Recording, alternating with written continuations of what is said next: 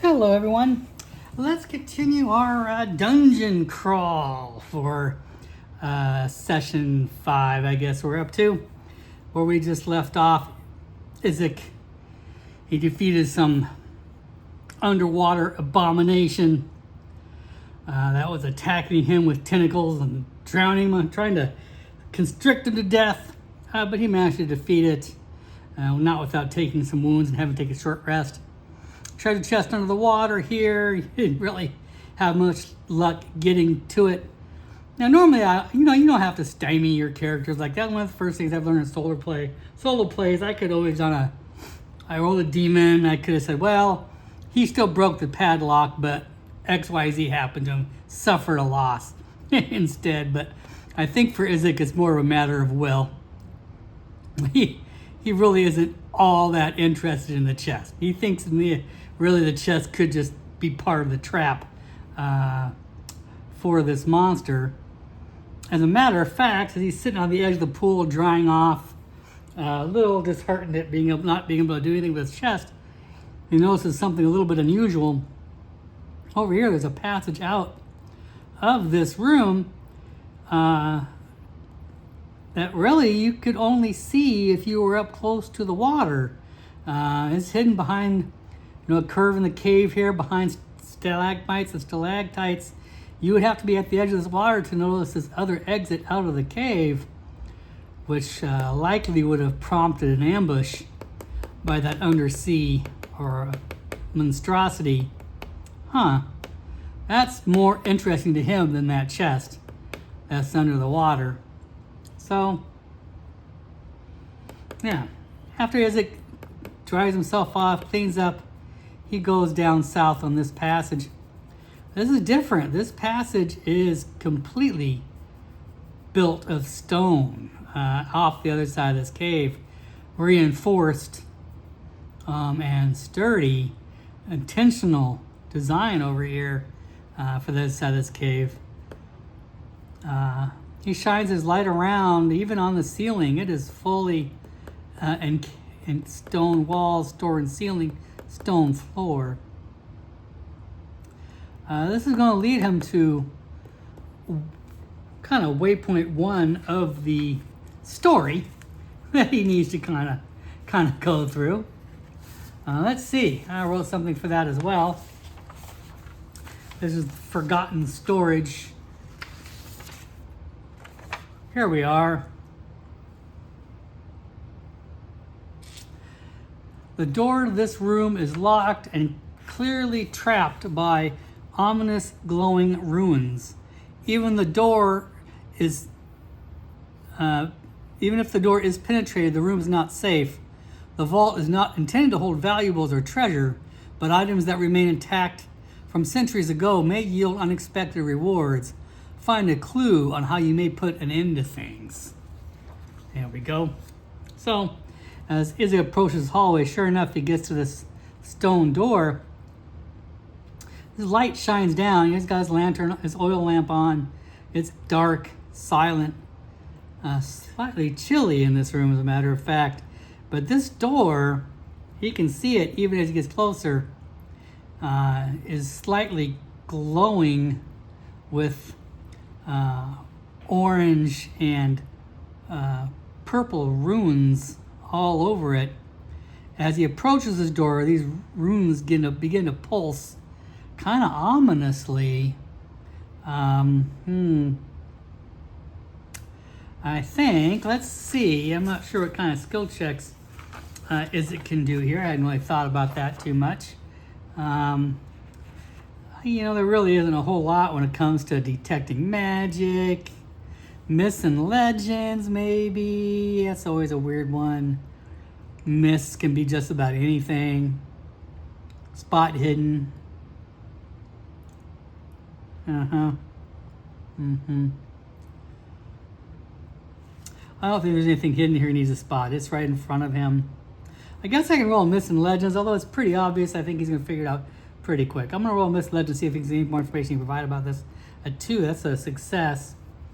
So, he doesn't know magic, really. He's a knight. He's not a mage, but very clearly these are ruins, and they do match the elven ruins. He's seen the writing that he doesn't understand, and tried to read several times. But this door radiates sort of almost a heat as he gets up close to it. Clearly, these ruins are inscribed on this door. They couldn't more loudly say, "Magic trap, don't enter." Izzek ponders how to disarm this trap.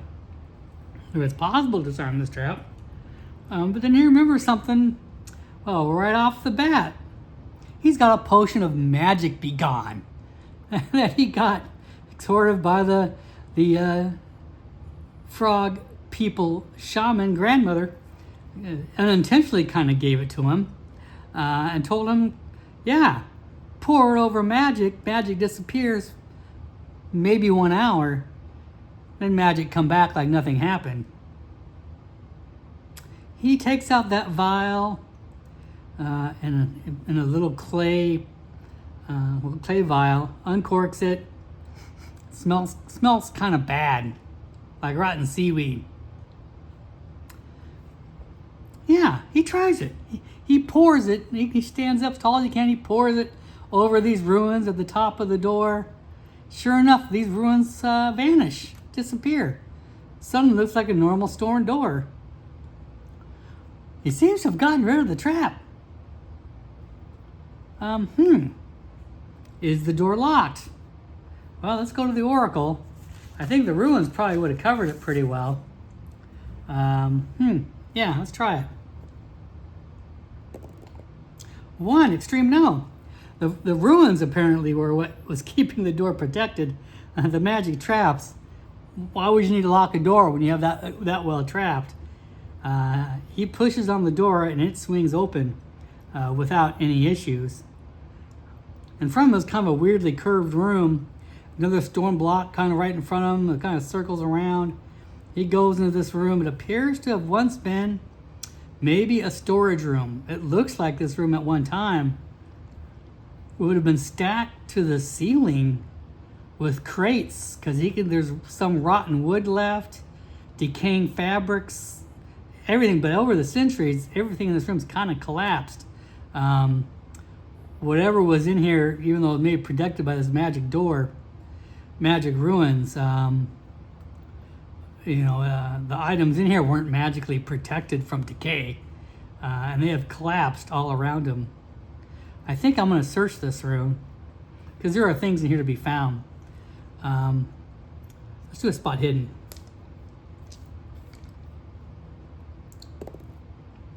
7.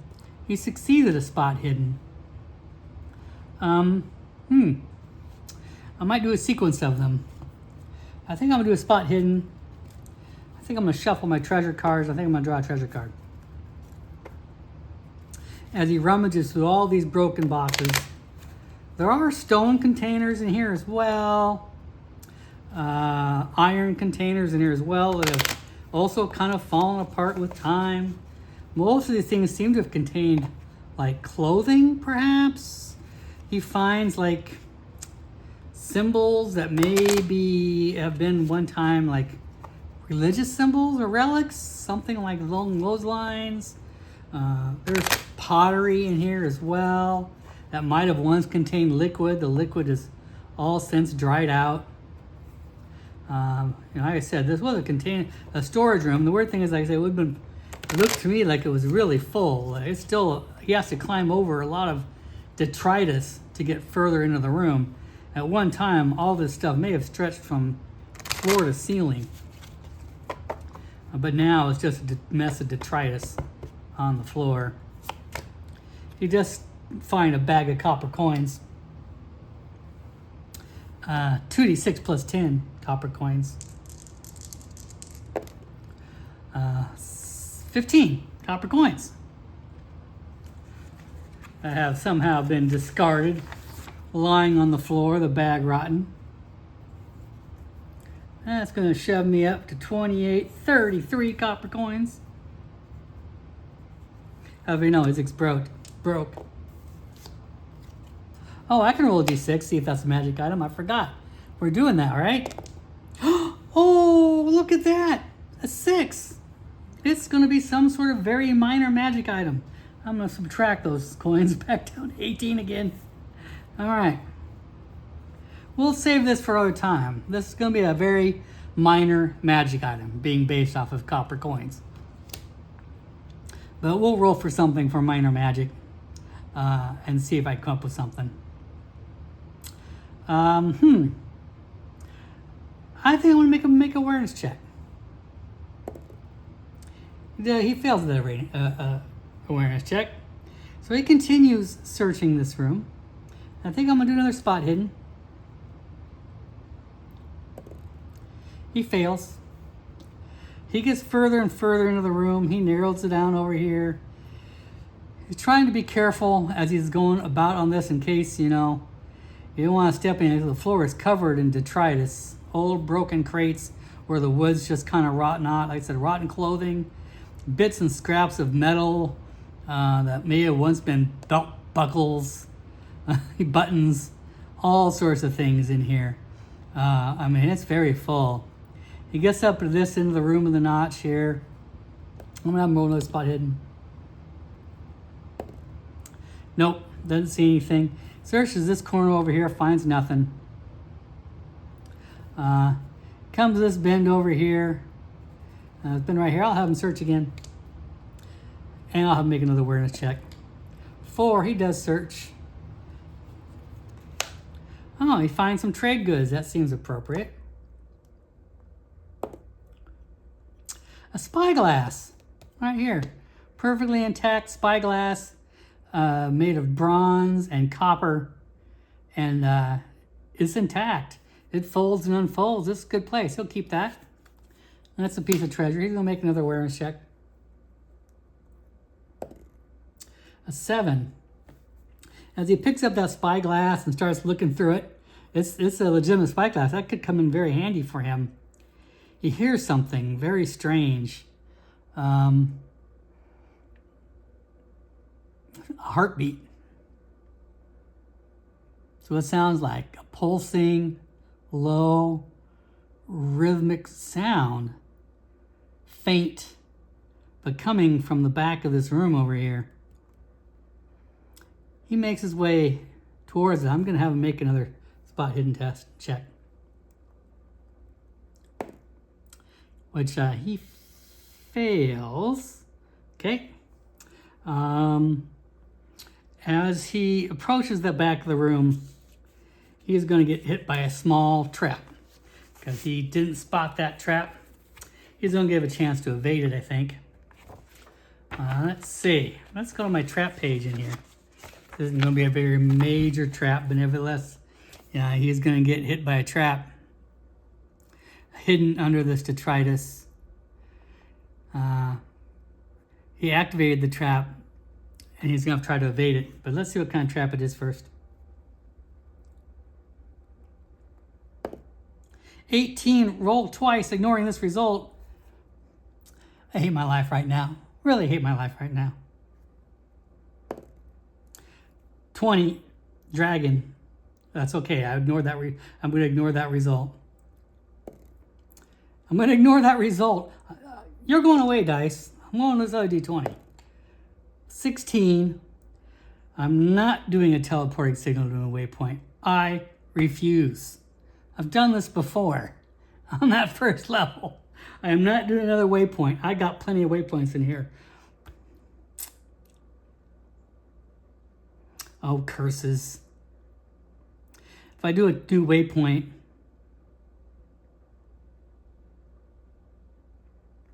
oh, fine. Well, who am I to defy the mighty oracles? I'm not going to hit a second trap because this teleporting signal is going to teleport me to a new waypoint. So whatever second trap is in here goes into thin air. No, I really don't want to complicate my life. No. Teleporting signal. Oh, maybe I'll just try to evade it.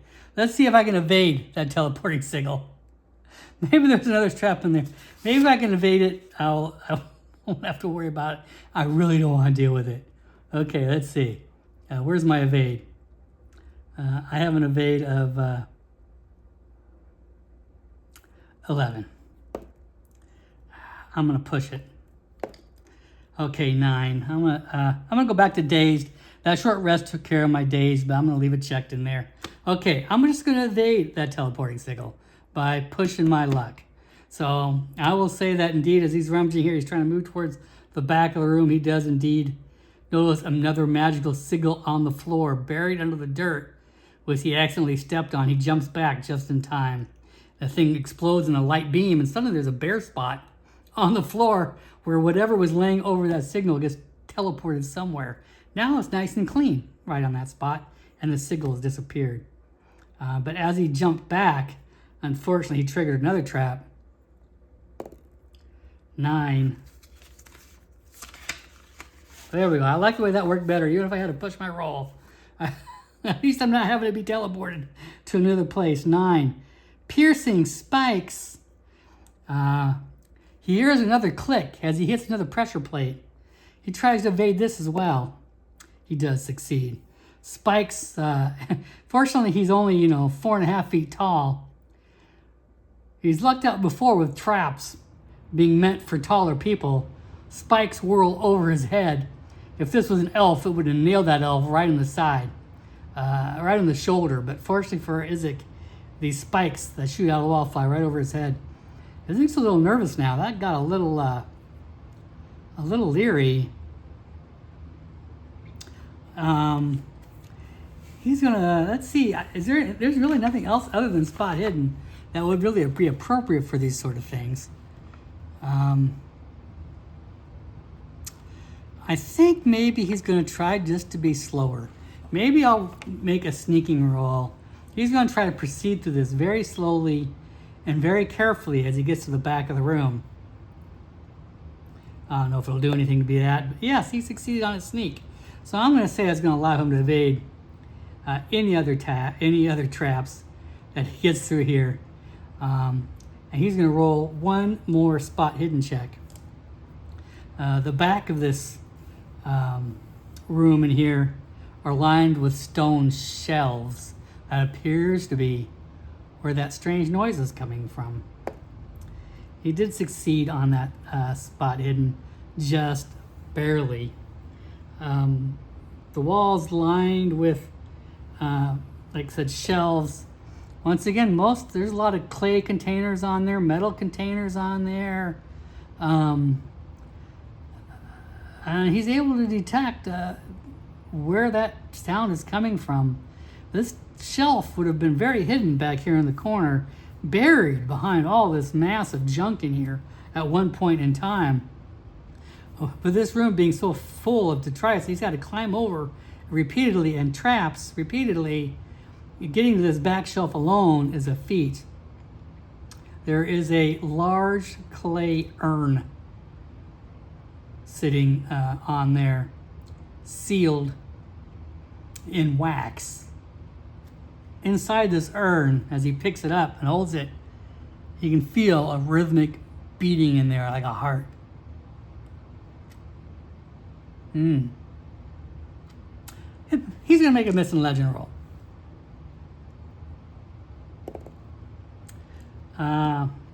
Failed. Or maybe not. What's his myth and legend? This is exactly at 11. Where's myth and legend? Oh no, it's at a 10. So he failed. It's exactly as I described. Izzek's not sure what it is.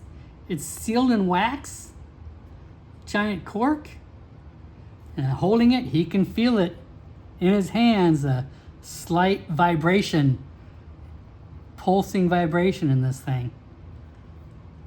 For the moment, he's not sure what to do with it. He's not going to open it. I'm going to put on here, clay urn. He's going to carry it with him. He didn't know what it is. Okay. There's nothing else in this room. He found a spyglass and a minor magic item, and a clay urn. He's gonna climb out of here. I could do a more like official search, following the solo rules. maybe it'd be worthwhile, but it would take time. I'm not necessarily doing it. I think I've already done with my spot hiddens. I've done several of these this normal scavenging rolls. For our scavenging rolls in here, basically I just did several of those using spot hidden tables to find things on it, but I'm not interested in ransacking abandoned supplies in here. I think I found what I was looking for, superseding that fact.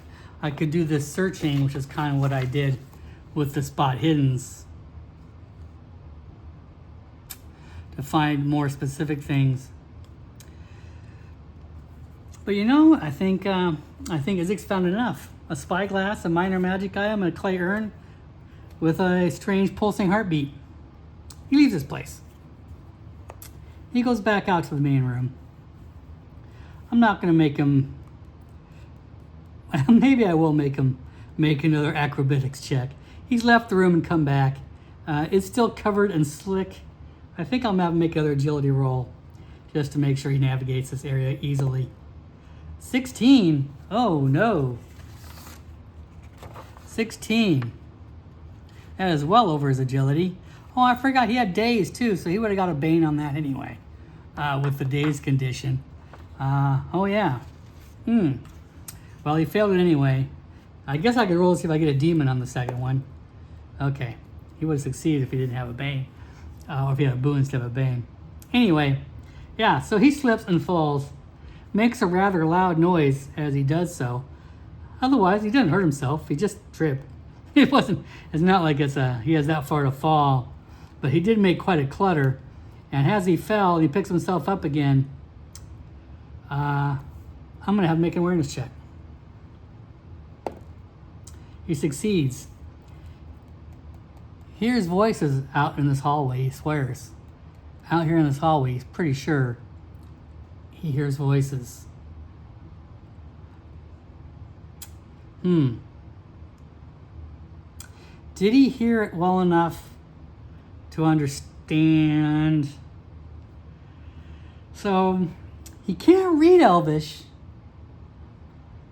Ancient Elvish, anyway. Can he understand Elvish? I'm going to make a languages roll. 14. No, he can't. So he heard voices out in the hallway. He doesn't know. Those voices obviously heard him. They grow silent very quickly. Izzek draws his sword. Kind of makes his way through this last little bit, not tumbling again. Stands here at the corner. Kind of waits to see if he hears anything else. Kind of becomes a bit of a waiting game. He waits. He waits. Here's nothing more. Nothing more at all. He's gonna make another awareness check. This time at a bane. I think it's fair to give it a bane in this case. All of that, he succeeded though. Even at a bane, he succeeded. He still hears a slate rustling out here in this hallway. Whatever's out here is not moved. He is not moved.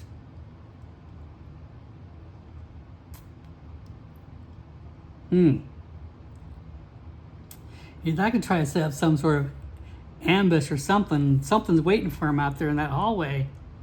What can he do?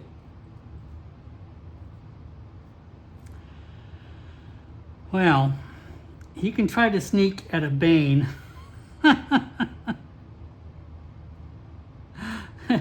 He puts on his helmet. You know, he's a knight. He's not super good at this sort of thing.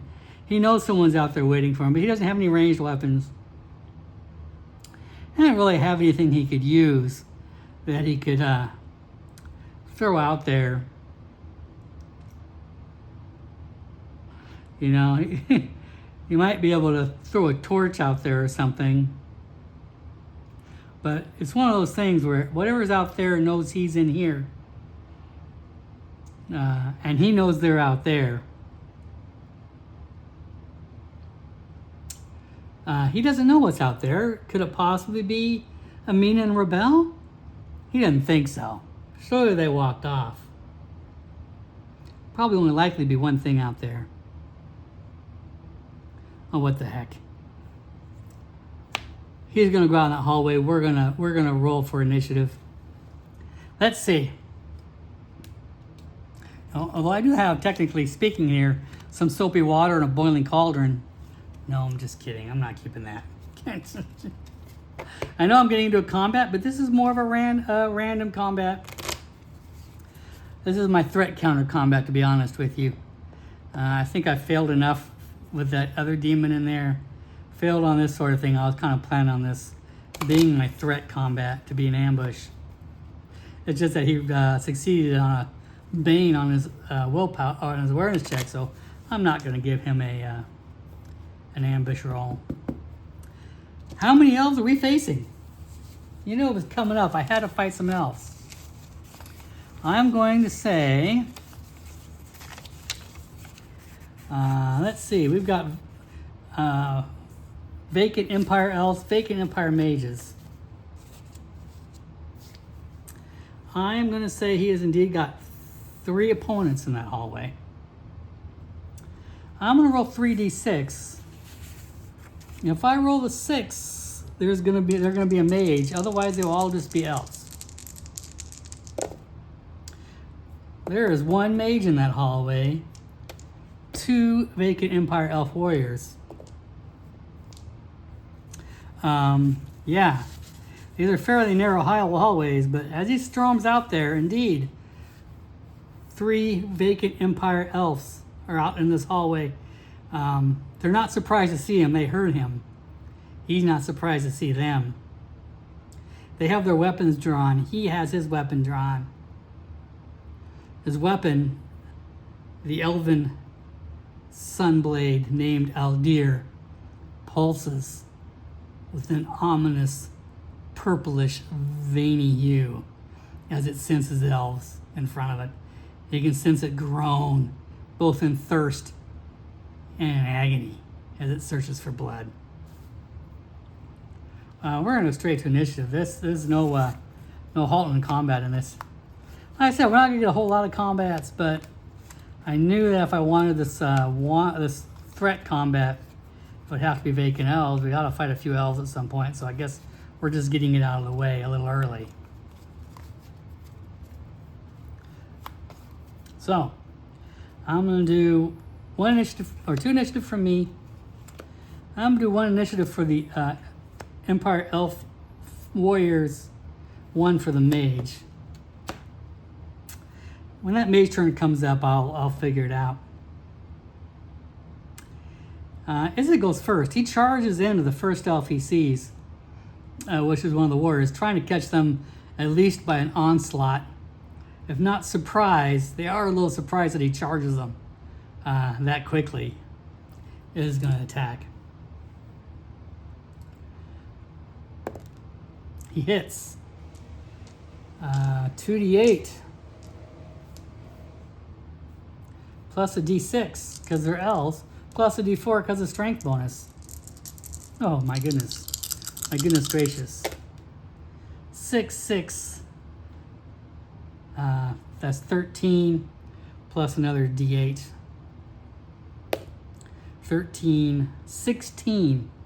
He cuts this elf down in 1 blow. He crumples to the ground. Where's my notepad of notes? I'm gonna have to keep track of this again. Okay. So what do we have here?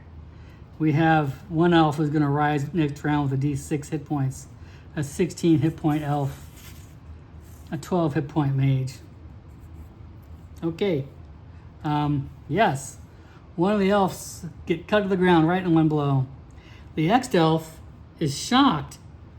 He takes a bit of a step back, looks at this hobgoblin holding a sunblade that suddenly is glowing both purple and gold. Aldir! Aldir! He points and then slashes forward trying to hit Izzek.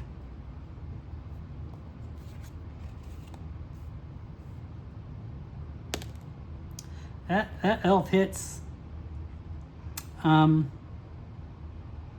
don't think Izzek is going to try to dodge this or parry this attack. Well, you know, I've got defensive. I take that back. I've got my defensive skill, which allows me to automatically attempt a parry by spending 3 willpower points. That's exactly what I'm going to do. Time to use my heroic ability. I'm going to parry his attack by spending 3 willpower points. I've already forgot. Do I automatically parry successfully? I don't think so. I got to do something to parry. It's more than just success, I think, and more than just my skill. Let's take a look here. I need to remind myself.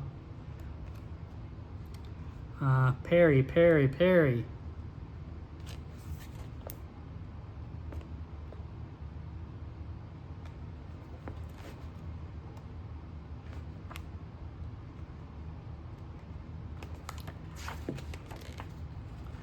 Okay, parry. And I've got special attacks to choose from if I need be. Parrying. When hit by an attack, you can use a parry the attack with a drawn weapon or shield. I guess I got a shield. You cannot draw a weapon to parry because free actions only performed on your own turn. Okay. Let's see. As a reaction, replaces your regular turn, which it doesn't because I get a free parry.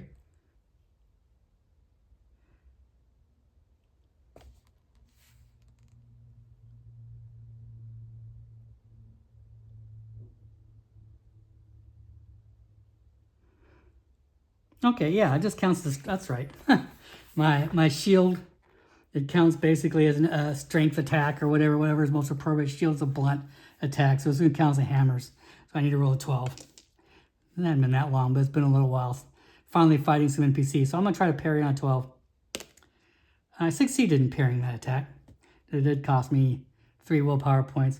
I'm going to double check the rules again just to make sure it's 3. I think it's 3. Defensive is not cheap. It's a good skill, but it's on a good heroic ability, but it's not cheap. Defensive, willpower points 3.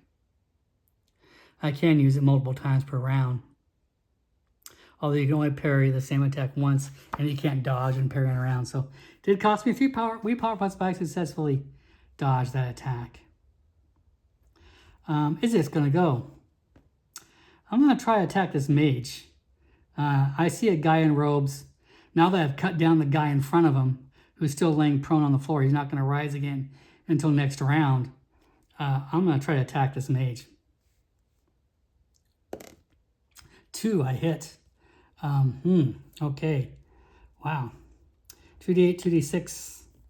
2d8, d6 because of my magic sword, d4 because of strength. 5, 6, 7, 8. 8, 9, 10, 11, 12, 13. I cut down this mage as well in a single blow. Wow. That mage is going to rise next turn. Izzek's showing up and showing out. That's all the initiative this round. This next round,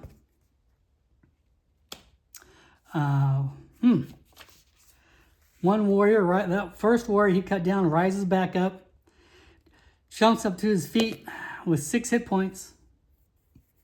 That mage who he just cut down jumps back up with 1 hit point. Okay, wow. I guess Izzek kind of kicks butt against elves with this sword. This Aldrir, the magic sword in his hands, sings as it tastes elven blood.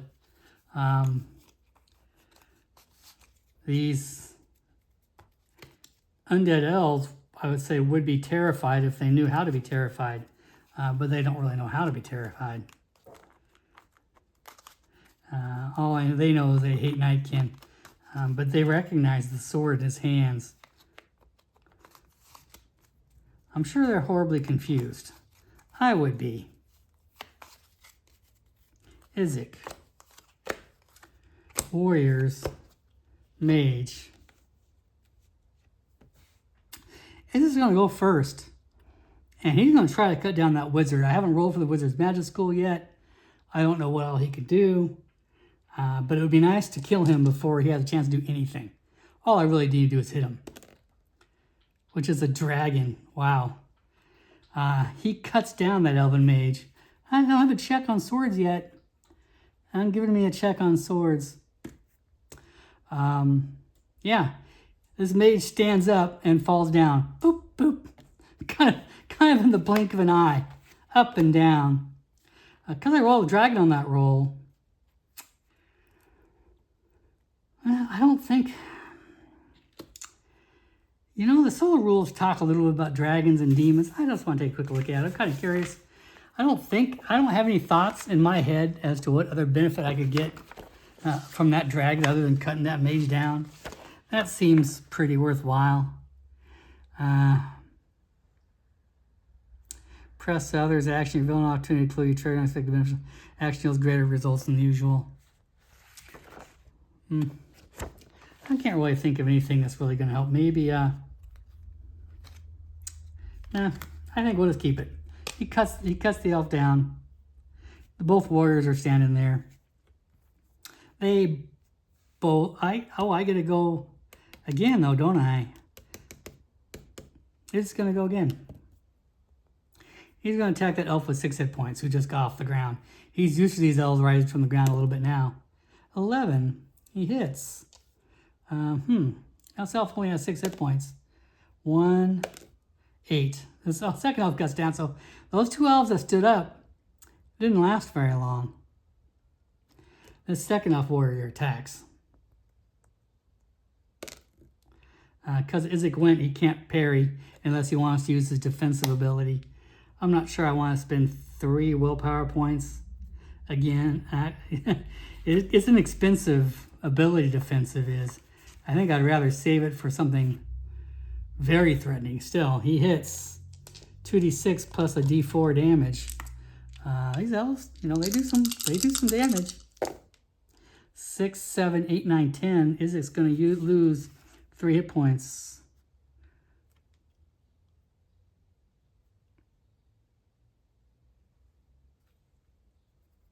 Okay. That didn't take long. Okay, 3 hit points. All right, new initiative.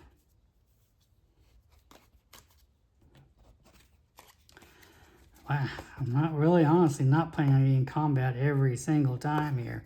But I am glad that I am fighting some elves. That at least is a little something, something, something. I said I would have felt kind of sad and full of big salty tears if I made these 2 NPCs and never actually fought them. I am a little surprised I'm cutting them down. I did try to give them enough hit points so that this wasn't something that was going to happen all that easily. But in this case, Izzek is just full of shock and awe. He's not going to flee. These elves don't flee. Izzek's going to try to hit. 6. And I've been hitting. I mean, if you hit, it shouldn't be a surprise that you do some damage.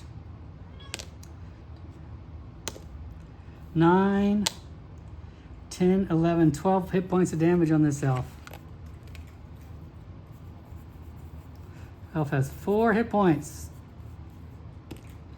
Okay, elf gets to... Well, I get to go again. All right? Because you got a 9 initiative. Okay, let's go again. I hit again. Wow. 6. He's down. He crumples for this round. He's going to rise up next round. You know, I'm going to say Izzek is going to put a coup de grace on this elf because it takes a turn for this elf to rise up. He's just going to chop off that elf's head. He's a knight. He's not going to mess around. This elf is not rising up from that. So as he defeats these 3 elves of the Vacant Empire, charging into them with shock and awe, Aldir getting its bloodthirst quenched by elves, I will scavenge. Let's see. He's going to search their bodies. Like I said, he needs information. Any information he can get is going to be useful to him. He's going to scavenge. D10. 9. treasure card. A melee weapon. I didn't roll a treasure on this trade good. You know, maybe I will, because I can make it a magic spyglass of some sort. Let's try it just in case. I didn't roll that earlier, but I guess I said I should, just in case. Okay. A melee weapon. Huh. All right, let's try it. 2. All right, let's see what kind of melee weapon. 5. A light warhammer. Well, he gets a light warhammer. I'll remember that for his treasure. But nothing else. As he looks around after the body, they don't rise up again. He finds nothing else on him. Once again, no gold. He's just able to scavenge a weapon off the elven mage. Looking down, though, he can see the elves came from up here. They didn't come from over here. He can see their tracks pretty clearly in the dirt and the dust. He kind of walks back this ways a little bit. Sure enough, these elves came from outside. They must have noticed the open door. There must have been a patrol that noticed that this stone slab wasn't here any longer and came to investigate, because there's clearly tracks. And they come straight on down in here, and that's where they came from. Well, I guess Izzek in some ways feels grateful. At least it didn't come from inside. It came from outside. But that does give him something more to worry about. Is he going to have to worry about elven patrols discovering this door is open and attacking him from behind when he's not expecting it? Very possibly. Izzek's going to have to be cautious and be careful going forward. This may not be the first time he gets ambushed by some sort of patrol, now trying to find out where the other patrol went. Not to mention dealing with whatever is further in this cave. He stops at this crossroad and goes back to this crossroad and decides where to go. He could go up in here, but I think he's going to go up in here. All right, that's for the next chapter. Take care, everybody. See you in the next one.